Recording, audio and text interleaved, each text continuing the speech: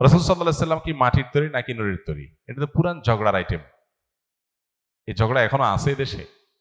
রাসূল আকরাম সাল্লাল্লাহু আলাইহি সাল্লাম মানুষ ছিলেন, এ ব্যাপারে কোনো সন্দেহ করার সুযোগ নাই। কোরআনে বারবার করে তাকে মানুষে আল্লাহ আখ্যায়িত করেছেন, কুল ইন্নামা আনা বাশারুন, হে রাসূল আপনি বলে দিন যে আমি তোমাদের মতো মানুষ। মতো মানুষ বলতে মর্যাদার দিক থেকে আমাদের মতো না, সৃষ্টিগতভাবে আমরা যেরকম মানুষ তিনিও মানুষ। আর মানুষকে আল্লাহ তাআলা কি দিয়ে তৈরি করেছেন?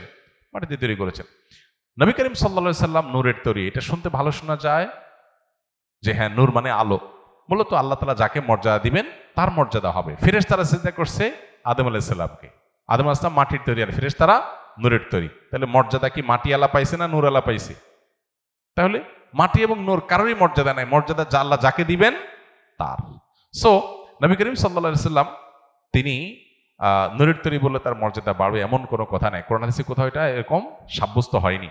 হ্যাঁ, বিভিন্ন হাদিসে আসছে তাকে নূর আখ্যায়িত করা হয়েছে। কোরআন আল্লাহ বলেছেন তোমাদের জন্য আল্লাহর পক্ষ থেকে নূর আসছে। এখানে নূর বলতে আলো।